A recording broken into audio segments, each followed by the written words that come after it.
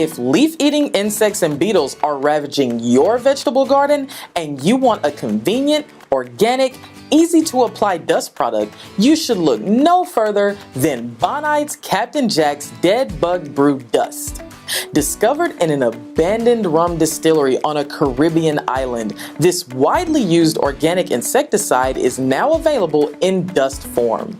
It is highly effective on leaf-eating insects that affect vegetables, such as cabbage loopers, tomato hornworms, asparagus beetles, cucumber beetles, and many more.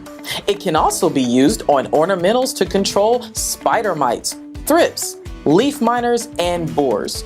Once ingested by the targeted pest, the pest stops feeding and dies within 48 hours. This approved for organic gardening product is a ready-to-use dust, which is best applied to damp foliage.